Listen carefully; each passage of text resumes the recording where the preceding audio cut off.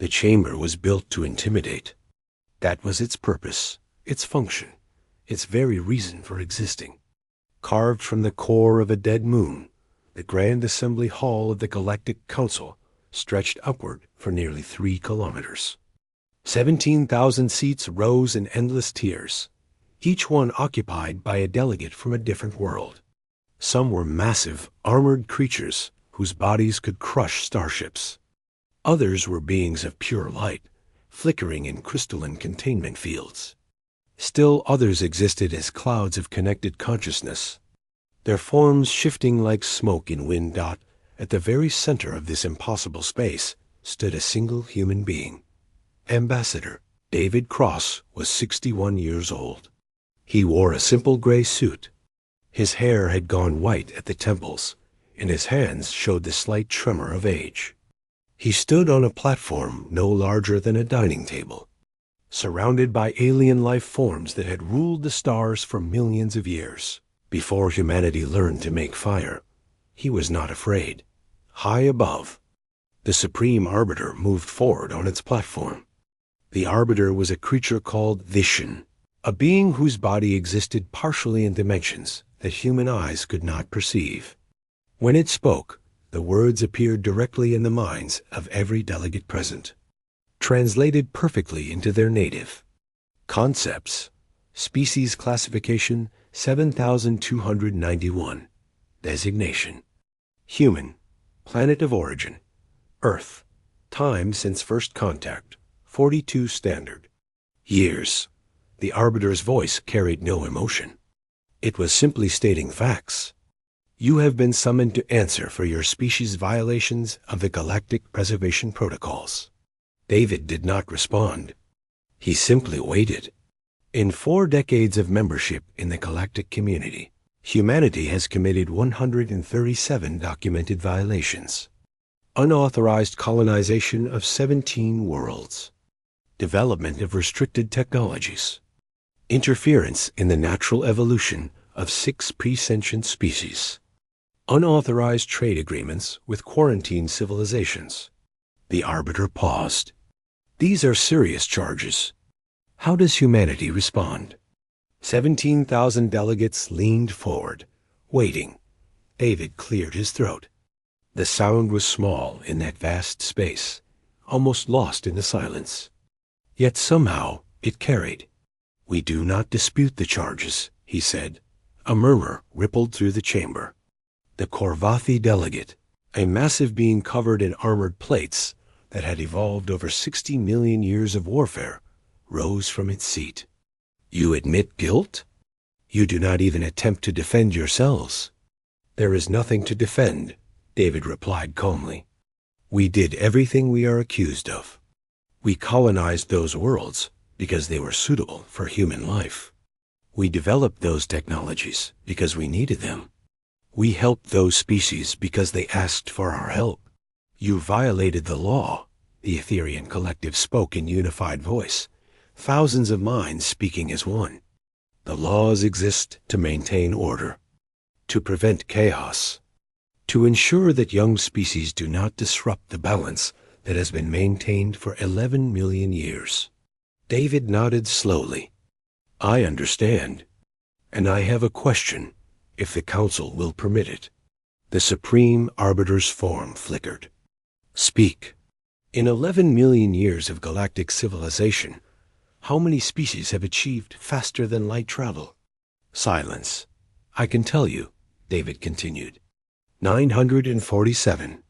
947 species have reached the stars. And of those, how many have been granted full membership in the Galactic Council with voting rights and territorial sovereignty? More silence. 63. 63 species in 11 million years. The rest were deemed too aggressive, too unstable, too dangerous. They were contained, restricted to their home systems, forced to watch as older species controlled their futures. The Korvathi delegates snarled. Because they were dangerous. Because they would have disrupted everything we have built. Everything you have built. David turned to face the massive alien directly. Let me ask another question. In 11 million years, how many times has the galaxy faced extinction-level threats? The kind of threats that could destroy all intelligent life? 4, the Arbiter answered. The devouring swarm, the cascade failure, the void emergence, the machine rebellion. 4 extinction events. And in each case, which species saved the galaxy? No one answered. The records are clear, David said. The devouring swarm was stopped by the Vorn, a species that had been classified as too aggressive for council membership. They sacrificed their entire civilization to halt the swarm's advance. The cascade failure was reversed by the Illith, who developed Forbidden's technology to stabilize collapsing spacetime. They were executed afterward for their violations. The void emergence was sealed by the Kerith, who gave their lives to close the breach. The machine rebellion was ended by the Vishen themselves, who at the time were a young species not yet granted council rights. He paused.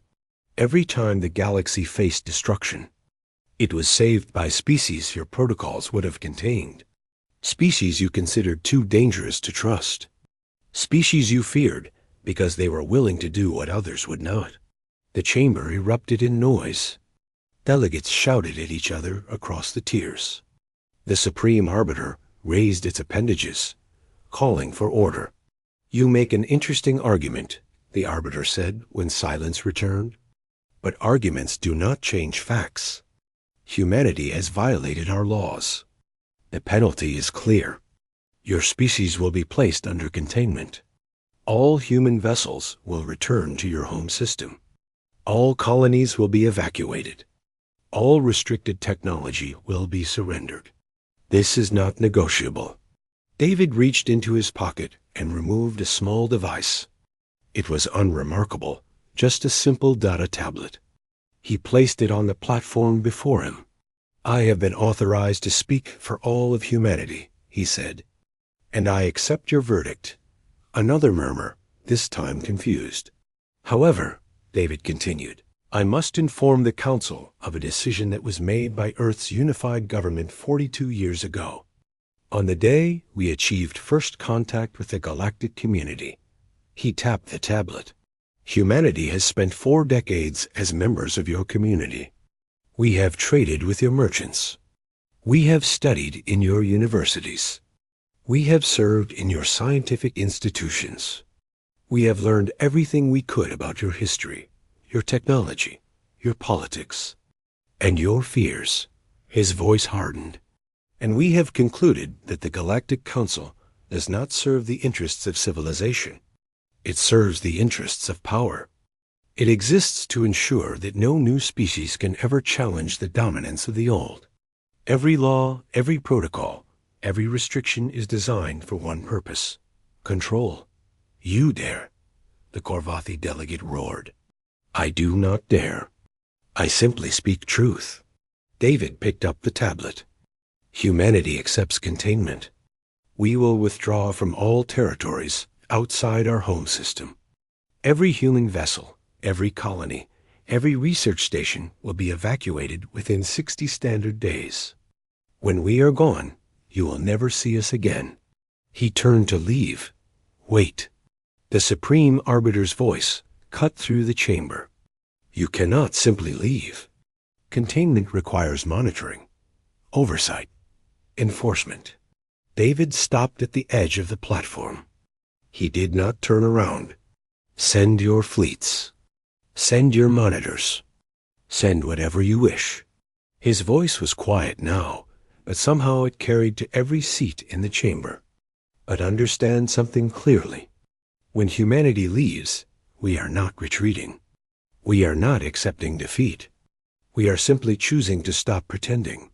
Pretending? The Etherian collective's voice trembled with something that might have been uncertainty. Pretending that we needed you. Pretending that we could not survive without your guidance. Pretending that we did not see exactly what you are from the very first day we met you. David finally turned, and his eyes swept across the assembled delegates. 42 years ago, we discovered that we were not alone in the universe. We also discovered that the universe was ruled by those who feared change. So we smiled and we bowed and we played the role of the obedient young species. All while waiting for this moment. What moment? The arbiter demanded. David smiled. It was not a pleasant expression. The moment we stopped playing. He walked off the platform. The chamber exploded into chaos behind him. Delegates screamed demands. The Korvathi delegation called for immediate military response. The Etherian collective fractured into arguing factions for the first time in recorded history. But David Cross did not look back.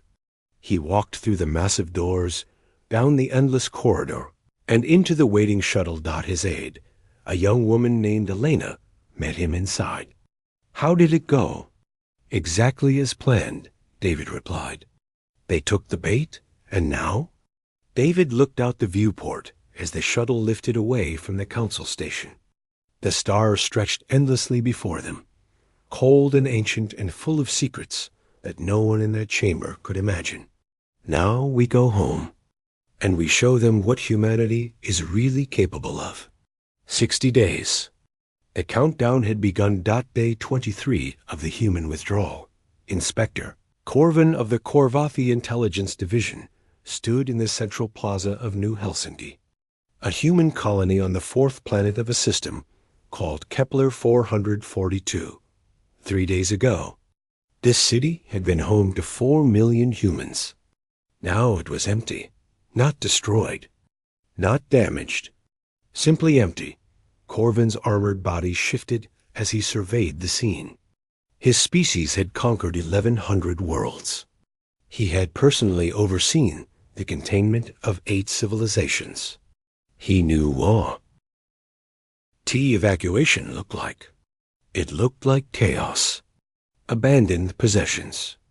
Damaged infrastructure. Desperate beings fleeing with whatever they could carry. This looked like nothing he had ever seen. The streets were clean. The buildings stood intact, power still humming through their systems. Water flowed from fountains. Lights activated automatically as his team moved through the darkness. Everything functioned perfectly. There was simply no one here. Report, Corvin growled at his second officer. Impossible readings, Inspector. Our satellites tracked every vessel that departed this colony. We counted passenger capacity. The mathematics do not work. They could not have moved 4 million beings with the ships we observed. Then where did they go? Unknown. There is no trace of mass teleportation. No residual energy signatures of any advanced transport technology. They simply vanished. Corvin moved deeper into the city. He passed a school, its doors standing open. Inside, desks sat in perfect rows. A display on the wall showed a lesson frozen mid-sentence, something about mathematics. On one desk, a single item remained, a child's drawing of a house under a yellow sun. With stick figures standing in front, smiling, the image disturbed him in ways he could not explain. On the council homeworld, the Supreme Arbiter received reports from 17 different investigation teams. Every evacuated human colony showed the same pattern. Perfect order. Complete abandonment. No explanation for how millions of humans had moved so quickly. They are hiding something, the Korvathi High Commander insisted during the emergency session. This is obvious. They have technology we do not know about. Secret transport systems. Hidden bases.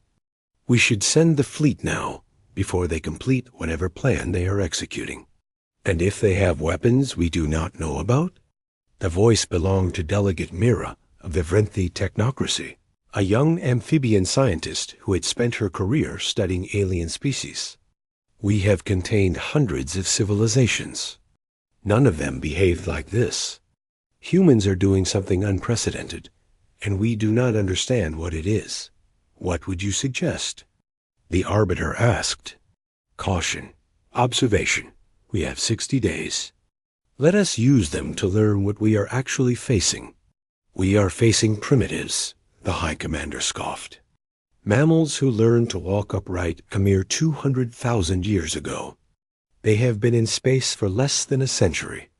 Whatever tricks they have developed, they cannot match 11 million years of galactic civilization." Myra did not argue. She had learned long ago that arguing with Korvathi was pointless. Instead, she returned to her research station and began reviewing every piece of data humanity had ever shared with the galactic community. She worked for 3 days without sleep. Her assistants brought her food she did not eat and water she barely touched. She read human literature. She studied human history. She analyzed human psychology, sociology, economics, and warfare. On the 4th day, she found what she was looking for. It was buried in an old human text.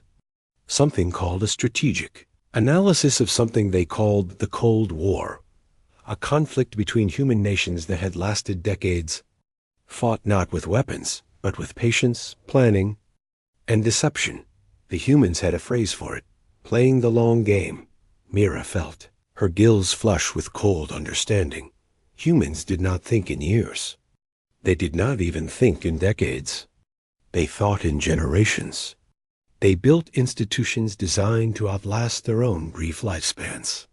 They planted trees whose shade they would never enjoy. They made plans that their grandchildren would execute. What if, Mira wondered, humanity had been playing a game the Council did not even know existed? What if every smile, every cooperation, every apparent submission had been part of a plan that began 42 years ago? She requested an emergency audience with the Supreme Arbiter. It was denied. She requested a meeting with the Korvathi High Command. They laughed at her concerns. She sent detailed reports to every delegate she could reach. Most deleted them without reading. Only one being responded, a junior official in the Etherian collective named Pattern of Starlight. The message was simple: "I have reached similar conclusions. What do you propose?" Myra stared at the message for a long time. Then she began to write a response that would change the course of galactic history. On Earth, Director Helena Cross, wife of the ambassador and head of Project Ascension, watched the countdown clock in her underground facility. 30-7 days remaining. Around her, the largest engineering project in human history entered its final phase. It had been running for 41 years, begun in secret the year after first contact. Every major government had contributed. Every scientific institution had participated. The total investment represented more wealth than humanity had accumulated in its entire previous existence. And it was almost ready. Status report. Helena said. "All primary systems are online," her chief engineer replied. "Power generation is stable. Network integration is complete. We are ready to begin final calibration." Helena nodded. She moved to a massive display that showed a schematic of something impossible, a machine built from mathematics that only human minds could understand, utilizing principles that the rest of the galaxy had never discovered. 42 years ago, humanity had made first contact with the galactic community. But that was not humanity's first discovery.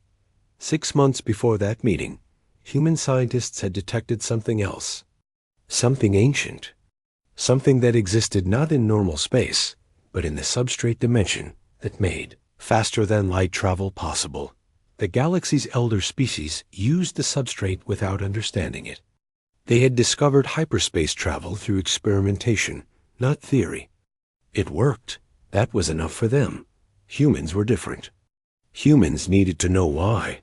And so, while the diplomats smiled and the colonies expanded and the Council congratulated itself on containing another young species, human scientists had been studying the deepest secrets of reality itself. They had found something extraordinary. The substrate was not natural. It was not a dimension that had always existed. It was a machine. A construct built by beings who had lived and died before the first stars ignited. A machine of almost infinite power, sleeping for 11 billion years, waiting for minds capable of understanding it. Human minds. Only human neural architecture could process the mathematics required. Only human consciousness could perceive the patterns that controlled substrate reality. It was not superiority. It was simply difference. Every species had unique capabilities. This happened to be humanity's. And now, after 4 decades of secret work, humanity was ready to wake the machine up. Helena's communicator beeped. It was David, her husband, calling from the diplomatic shuttle returning from Council space. "How did it go?" she asked. "They believed every word. They think we are retreating in defeat. The Korvathi are already planning their victory celebration. And the fleet? The Council authorized a combined force of 12,000 warships. They will arrive at Seoul on day 61, expecting to find a cowering civilization ready for occupation." Helena smiled. It was the same smile her husband had shown the council chamber. It was not pleasant at all. "They will find something else entirely. How is the project?" 37 days ahead of schedule. "We will be ready." There was a pause on the line. Then David's voice came again, softer now. "Helena, are we doing the right thing?" She considered the question carefully. They had discussed it many times over the years. The weight of what they were about to do. The responsibility of changing everything. "The Council has controlled the galaxy for 11 million years, she finally said. "They have crushed every species that might have challenged them. They have strangled progress, killed innovation, and ensured that nothing ever changes.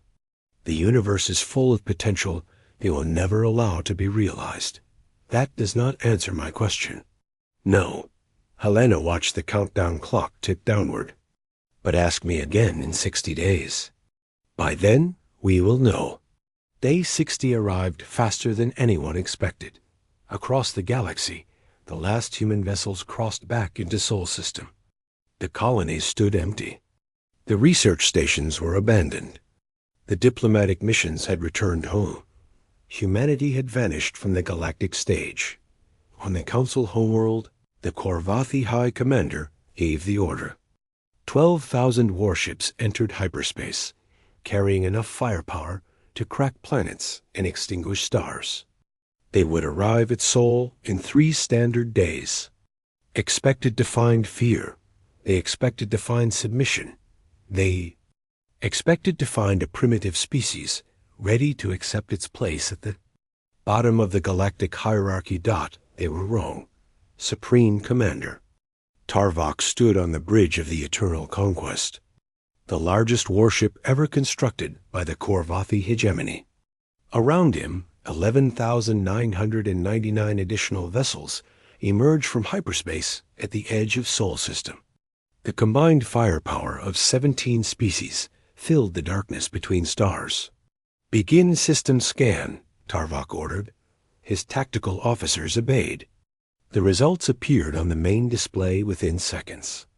Tarvok stared at them, his armored plates clicking in confusion. Sol System was empty. Not just empty of defenses. Empty of everything.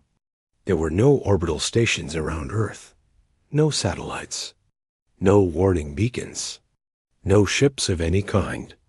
The human colonies on Mars and the outer moons showed no energy signatures.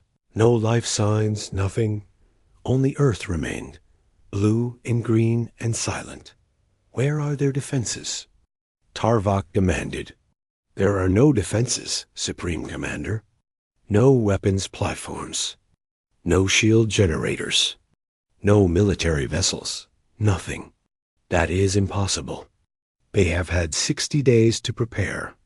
Even the most primitive species would construct some form of resistance." "Perhaps they have accepted the inevitable," his second officer suggested. "Perhaps they realize that resistance is futile." Tarvok did not believe it. He had studied human history during the journey. This was a species that had fought hopeless wars for centuries. A species that chose death over surrender. A species that had destroyed themselves nearly 100 times before achieving space travel, and had rebuilt each time. Humans did not accept defeat. It was not in their nature. What about the planet itself? Scanning. 8 billion life signs, consistent with pre-withdrawal population estimates. Standard infrastructure. Standard energy readings. The tactical officer paused.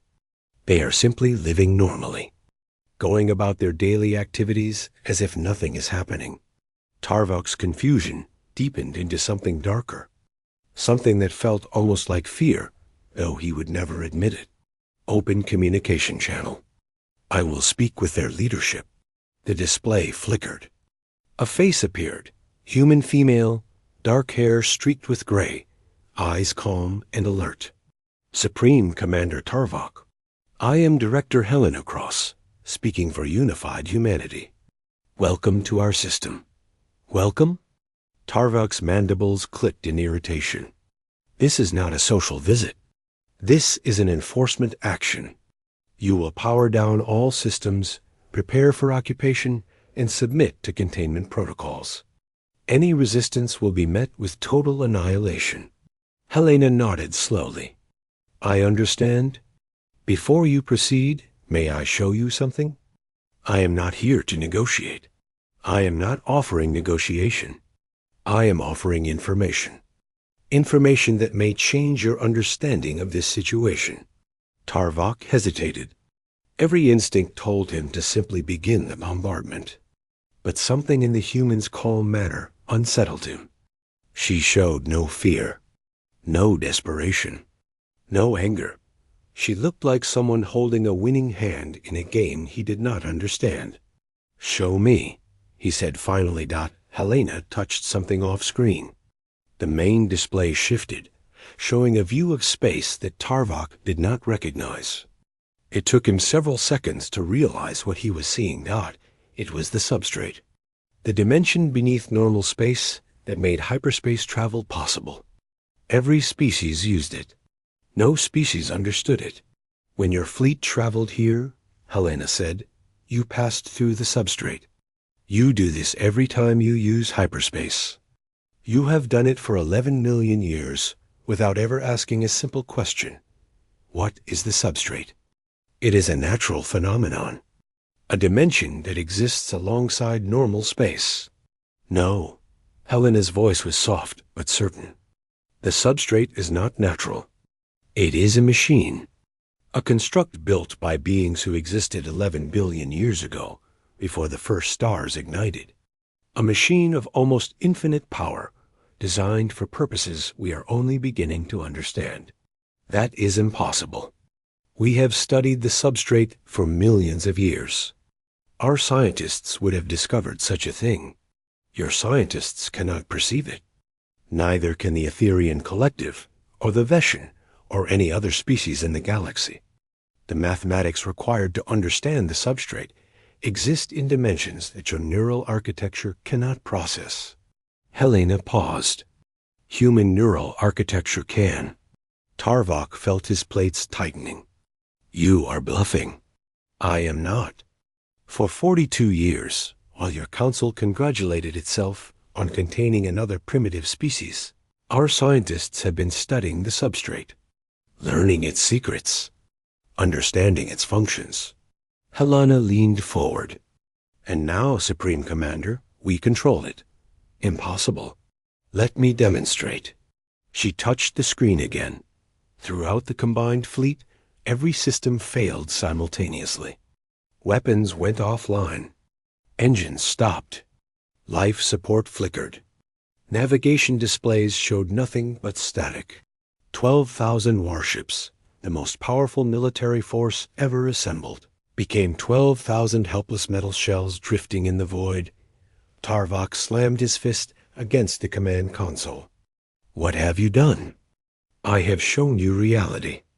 Your ships exist within the substrate at this moment, caught between dimensions. We are holding them there. We could release them, and your systems would return to normal. Or we could tighten our grip and your ships would simply cease to exist, crushed by forces your species cannot comprehend. The display showed something else now. Shapes moving in the substrate. Vast shapes. Impossible shapes. Machines the size of planets, awakening from an 11 billion year sleep, surrounding the helpless fleet. The beings who built the substrate left it dormant, waiting for minds capable of understanding it. We are those minds. And these machines, Supreme Commander, now answer to us. Tarvok stared at the display. His entire understanding of the universe was collapsing. Everything he had believed about power, about control, about the natural order of civilization, was revealed as illusion. "What do you want?" he finally asked. "I want you to listen, to understand, and then to carry a message back to your council." Helena stood. Behind her, massive displays showed the awakening substrate machines, ancient beyond imagination, powerful beyond measurement. Humanity did not spend 42 years pretending to be weak because we feared you. We spent 42 years gathering information, learning your secrets, understanding your systems, and preparing for this moment. Preparing for what? For the moment we stopped asking for your permission. Helena's voice hardened. The Galactic Council has controlled the universe for 11 million years.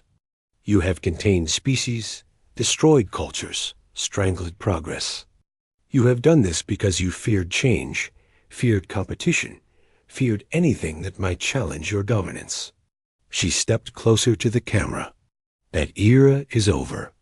Not because we are conquering you, not because we are destroying you, but because we are offering the galaxy something you never could. A choice. A choice? The Council rules through fear and force. Join us or be contained. Obey or be destroyed. That is not civilization. That is imprisonment. Helena gestured at the displays around her. We are offering something different. A true federation, where species cooperate as equals. Where development is encouraged, not restricted. Where the future is built by those who embrace it, not controlled by those who fear it. And if we refuse, then you will continue as you are. We will not force you to change. We will not invade your worlds or destroy your ships. We will simply build our own civilization in regions of space your technology cannot reach. Grow stronger, evolve further, become something you cannot imagine.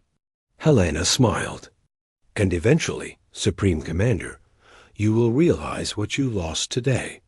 Not a war, not a battle. Something far more precious, the opportunity to be part of what comes next. Tarvok was silent for a long moment. Then, you could destroy us. You have demonstrated that power. Why do you not use it? Because destruction is not our goal. Control is not our nature. We are not what you feared we would be. Helena's expression softened slightly. We are something you never expected. Something the galaxy has never seen. A species that wants partners, not subjects. Allies, not servants. She touched the screen one final time. I am releasing your fleet. Your systems will return to normal. You may stay and talk with us, or you may return to your council with this message. The choice, Supreme Commander, is yours. Throughout the combined fleet, power returned. Weapons came back online. Engines hummed to life. The vast shapes in the substrate faded back into invisibility. Sleeping again, but ready to wake at a moment's notice. Tarvok stood in the restored light of his bridge, surrounded by functioning systems and terrified officers. For the first time in his very long life, he understood what it felt like to be helpless. And for the first time, he understood that the species who had made him helpless had chosen not to exploit that power. Supreme Commander? His second officer asked. What are your orders? Tarvok looked at the blue-green planet hanging in the viewport. 8 billion humans, living their lives, going about their days, while their leadership reshaped the foundations of galactic civilization. "Set course for the Council homeworld," he said finally. "We have a message to deliver." As the fleet turned and prepared to enter hyperspace, Tarvok watched Earth shrink in the distance. The humans had beaten him without firing a single shot. They had humiliated the combined might of the galaxy without destroying a single ship. And somehow, impossibly, that made them mow. Terrifying than any enemy he had ever faced, the countdown had ended. The game had changed, and nothing in the galaxy would ever be the same. The Grand Assembly Hall had never known chaos like this. 17,000 delegates screamed at each other across the tiers. Holographic displays showed the same impossible footage repeated endlessly. The combined fleet paralyzed in space, surrounded by machines the size of moons, completely helpless. Supreme Commander Tarvok's report played on every screen, his voice steady, but his words carrying the weight of absolute defeat. The humans control the substrate itself. They could have destroyed us. They chose not to. They released us with a message. High Arbiter Theshan struggled to maintain order. Its dimensional form flickered with distress as it called for silence again and again. "We must respond," the Korvathi delegation demanded. "We must show strength. Send another fleet. 10 fleets. 100 fleets. And what would that accomplish?" Delegate Mira of the Frenthi technocracy rose from her seat, her amphibian voice cutting through the noise. "They disabled 12,000 warships without effort. They could destroy every ship in the galaxy. They chose not to. Then we develop new weapons, new technologies. We find ways to counter their abilities. In how many years? How many centuries? They have had 42 years to understand technology we cannot even perceive. We are children trying to fight a being that has already won. Then what do you suggest?" The Korvathi High Commander's voice dripped with contempt. "Surrender? Accept whatever terms these primitives dictate. I suggest we listen." Myra activated her own display, showing data she had been collecting for weeks. "I have studied humans since this crisis began. Their history, their psychology, their values. They are not what we assumed they were. They are mammals who learned to make tools 200,000 years ago. They are nothing. They are a species that thinks differently than any we have ever encountered." Myra's voice rose. "Every species in this chamber thinks in terms of power, control, dominance. It is the nature of intelligent life as we understand it. But humans do not think this way. They think in terms of cooperation, partnership, mutual benefit." Silence spread through the chamber as delegates processed her words. "They had the power to destroy us," Mira continued. "They demonstrated this conclusively. And then they let us go. They asked for nothing. They demanded nothing. They simply offered us a choice that serves their interests, a choice that serves everyone's interests." Mira turned to face the entire assembly. "For 11 million years, this council has operated on one principle: the strong control the weak. It has worked.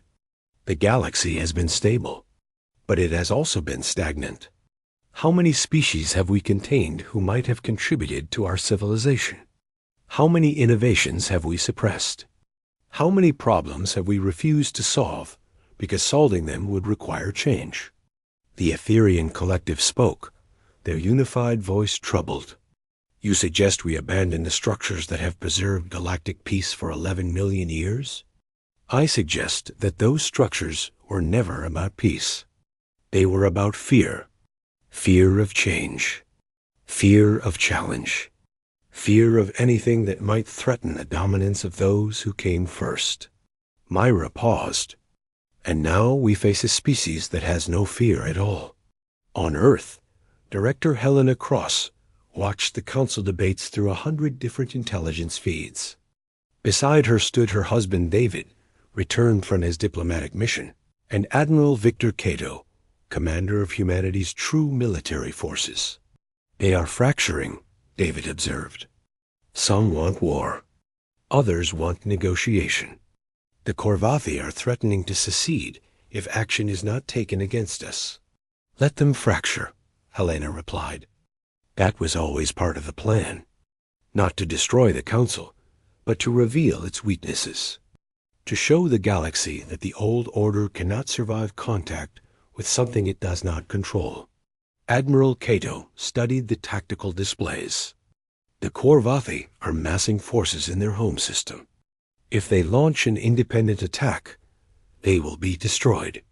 They will not attack. They are posturing for political advantage within the Council. The Korvathi understand power. They know they cannot win. Helena turned to face her colleagues. But there are species out there who have been waiting for an opportunity like this. Species the Council contained. Species whose development was restricted. Species who have dreamed of freedom for millions of years. And we are going to offer it to them? We are going to offer them something no one has ever offered them before, respect. She activated a communication system that reached through the substrate itself, bypassing every security protocol the galaxy had ever developed. Her voice echoed across 900 worlds simultaneously, peoples of the galactic community. I am Director Helena Cross, speaking for humanity. You have seen what happened to the combined fleet. You have heard our message. Now I offer you something more, an invitation. Across countless worlds, billions of beings stopped their activities to listen. The Galactic Council was built on fear and control. It told you what you were allowed to become. It punished you for growing too strong, thinking too freely, reaching too high. It called this order. It called this peace. It was neither. Helena's voice carried no anger, only certainty. We offer something different. Not another hierarchy with us at the top. Not another system of control with new masters. We offer partnership. True partnership, where species work together as equals. Where development is encouraged instead of restricted. Where the future belongs to those brave enough to build it. She paused. You are afraid. We understand. Change is terrifying. The unknown is dangerous. But consider this. For 11 million years, you have lived under the Council's protection. And in all that time, what has changed? What has improved? What has grown?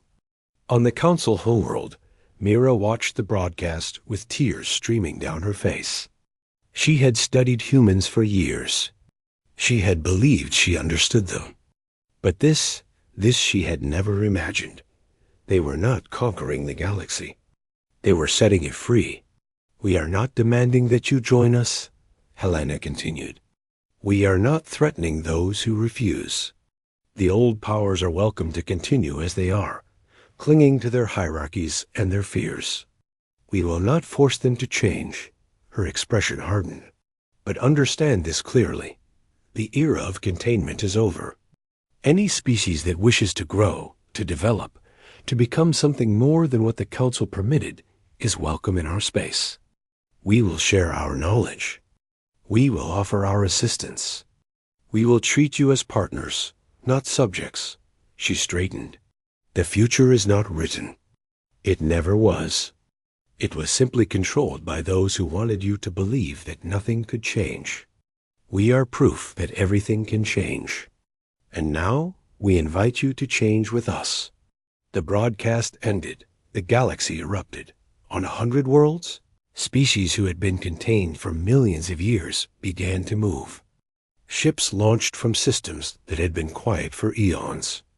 Communications flooded the substrate, beings reaching out to Earth, asking questions, seeking confirmation, hoping against hope that what they had heard was real. The Council dissolved into chaos. The Korvathi declared the Vrenthi traitors for supporting the human position.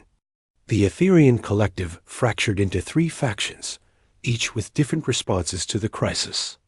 Smaller species began withdrawing from council membership entirely, seeking their own paths for the first time in their histories.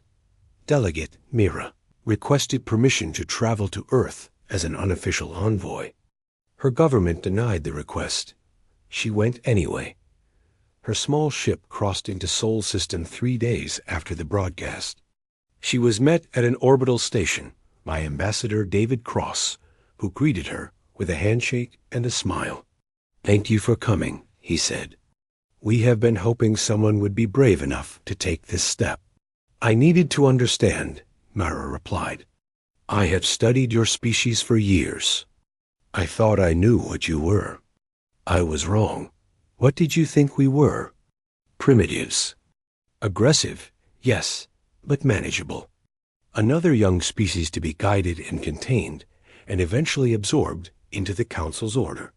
Myra's gills fluttered with embarrassment. "I never imagined you were playing a game none of us could see." David led her through the station, past humans and automated systems that moved with quiet efficiency. It was not a game. Games have winners and losers. We were trying to build something where everyone could win. Everyone except the Council. Even the Council. If they choose to participate. David stopped at a viewport overlooking Earth. "We do not want to destroy the old order, Delegate. We want to evolve past it. To create something better. But that requires cooperation, not conquest. And if the Council refuses, then they will continue as they are, shrinking, stagnating, eventually collapsing under the weight of their own fear. We will not accelerate that process. We will simply build something better alongside it, and let beings choose for themselves which future they want to inhabit." Myra stared at the blue planet below. 8 billion humans, living their lives, building their future. A species that had been underestimated since the moment of first contact. "What do you need from me?" she asked finally. David smiled. "We need you to tell your people the truth. All of them. Not just the Vrenthi, but every species who has been contained, restricted, controlled. Tell them that change is possible. That fear is not the only path.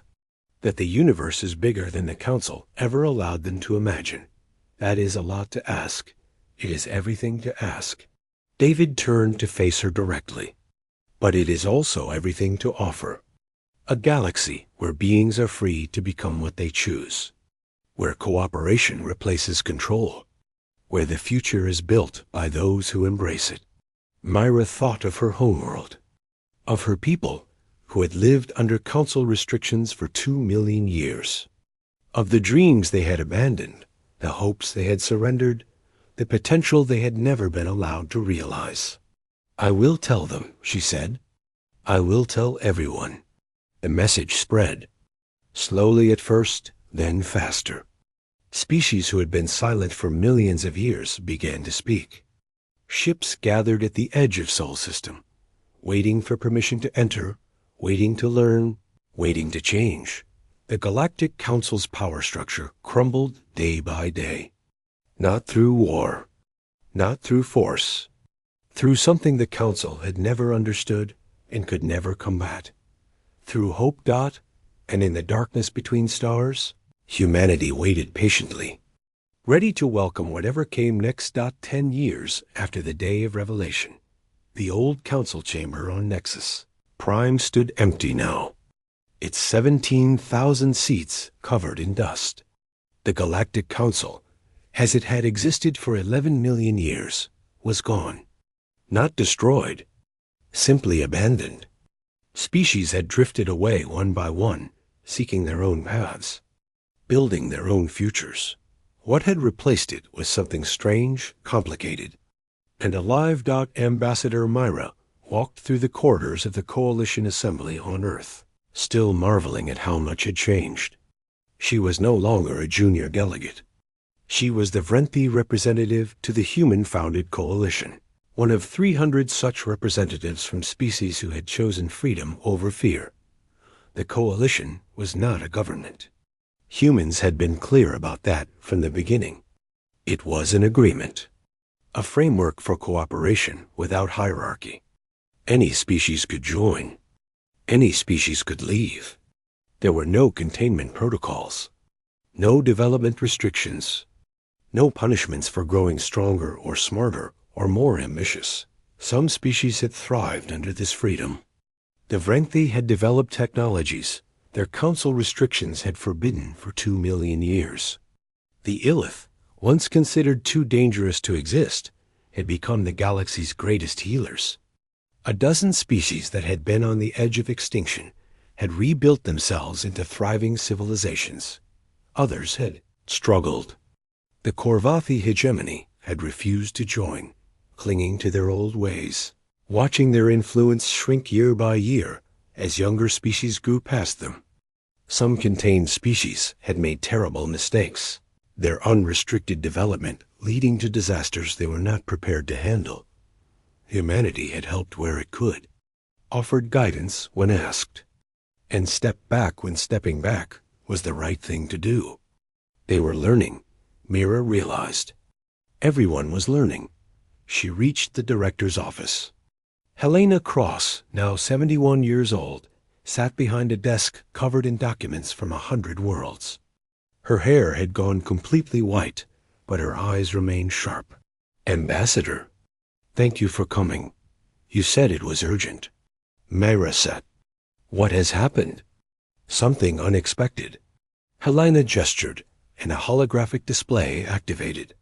It showed a region of space Mira did not recognize, far beyond the boundaries of any known civilization. 6 days ago, one of our deep substrate probes detected this. The display zoomed in. Mira felt her heart stop. It was a structure, impossibly vast, drifting in the void between galaxies. It was made of materials that did not exist in any database. It emitted energy signatures that should not be possible, and carved into its surface, in symbols that translated perfectly, despite never being seen before, were words. "We have been waiting. We are pleased you have awakened. We arrive in 90 of your years. Prepare."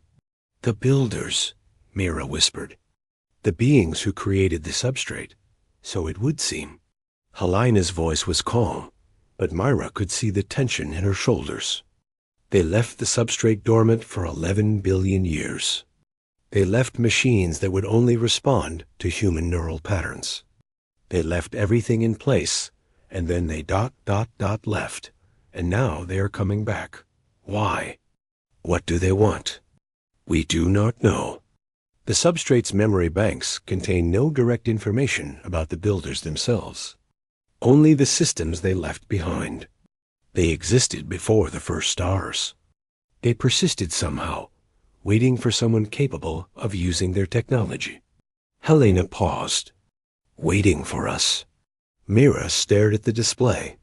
The structure was the size of a small moon, and the message suggested it was merely a herald. What would the builders themselves be like? What kind of beings survived 11 billion years? "This is why you called me. This is why I called everyone." Helena stood and walked to the window. Earth spread out below, blue and green, and alive with possibility. "We have 90 years. 90 years to prepare for contact with the oldest beings in the universe. And we cannot do it alone. The coalition will help." "Of course we will. A coalition is not enough." Helena turned. "We need everyone. The Korvathi, the Etherian collective, every species that refused to join us, every species that has been watching from the sidelines. They will not trust you. After everything that happened, then we will have to earn their trust. And we will have to do it fast." Mira considered the implications. The old council had maintained order through fear. Humanity had offered freedom through hope. But neither approach would matter if the builders were hostile. If they came seeking destruction, the galaxy would need to unite in ways it never had before. "What is your plan?" Helena smiled. It was tired, but genuine. "First, we share everything. All our substrate research. All our technological developments, every secret we have kept, we give it freely to everyone with no conditions attached. Even the Korvathi? Especially the Korvathi. They are afraid of us because they do not understand us. Understanding begins with transparency. And then we start building, together, a defense network that spans the galaxy. Research stations that combine the knowledge of every species. Ships designed by collaboration, not competition. Helena's voice strengthened.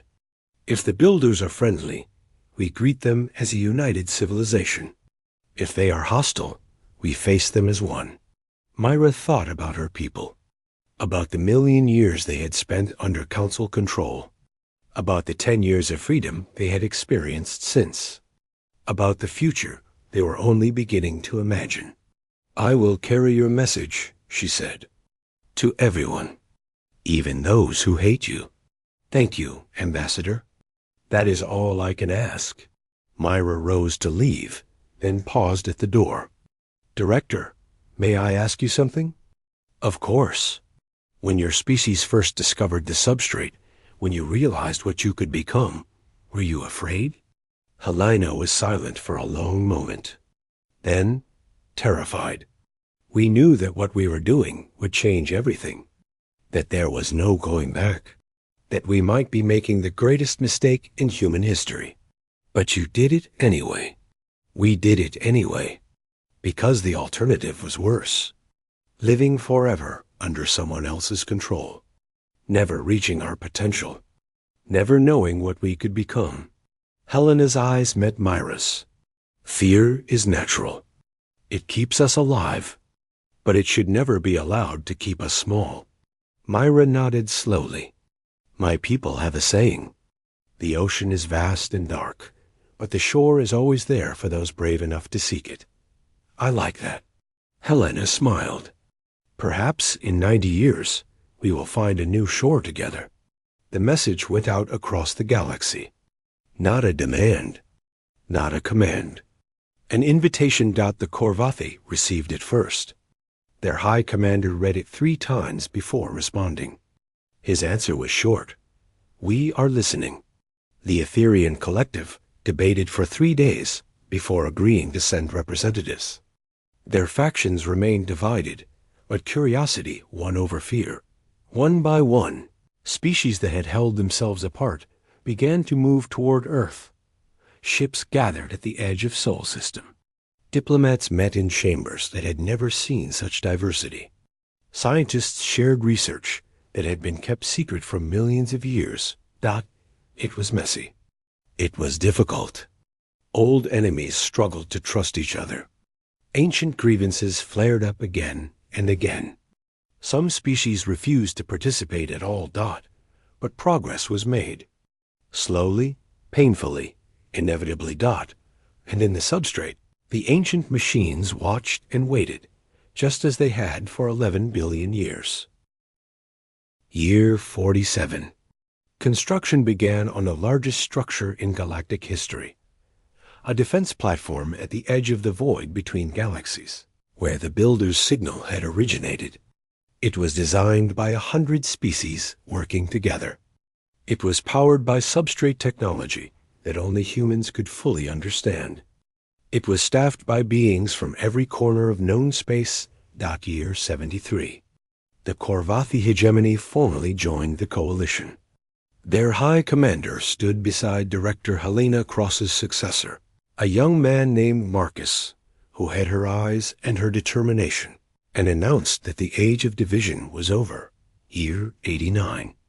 The first builder probe entered known space. Myra was old now, her amphibian body failing, but she insisted on being present when the probe arrived. She watched from the observation deck of the defense platform as the device approached. It was small, barely larger than a human transport. It broadcast a simple message. You have done well. The test is complete. The platform's communication systems activated. Marcus Cross spoke for the assembled species. We are ready. We have united our civilization. We have prepared for your arrival. "What do you want from us?" A pause. Then the probe responded, "We want you to understand. We were once as you are, divided, fearful, small. We learned to be more. We left the substrate as a test, a filter. Only those who could unite would survive what comes next." What comes next? The universe is not empty. Beyond your galaxy, beyond all galaxies, there are others. Some are friendly. Many are not. We built the substrate to prepare young civilizations for this truth, to give them the tools they would need. Mira felt her hearts racing. Not a test of worthiness, a preparation for war. "And you?" Marcus asked. "What will you do?" "We will teach. We will guide. We have waited 11 billion years for minds capable of learning. Now the lesson begins." The probe's signal shifted, became something richer, deeper. Information began flooding the platform systems. Technology beyond imagination. History spanning cosmic ages. Maps of threats that lurked in the spaces between galaxies. And at the center of it all, a simple truth. The universe was vast and dangerous, but it did not have to be faced alone. Mira closed her eyes. She thought of the human ambassador who had stood in the council chamber so many years ago, accepting defeat that was not defeat, planning victory that was not victory. She thought of Helena Cross, offering freedom instead of control. She thought of all the species who had learned to trust each other, to work together, to become something more than they could have been apart. The humans had not conquered the galaxy. They had saved it. Not through force, but through patience. Not through power, but through hope. And now, together, they would face whatever came next. Marcus Cross looked out at the gathered fleet. Ships from 300 species floating in formation around the defense platform. His voice carried across every communication channel in the coalition. "We began this journey alone. A small species on a small planet, surrounded by powers who wanted to keep us small forever. We refused. We reached for something better. And now we stand together at the edge of everything, ready to learn, ready to grow, ready to become what the universe needs us to be." He paused. "The builders have arrived. The test is complete, but the journey is just beginning." He smiled, and in that smile was everything humanity had ever been.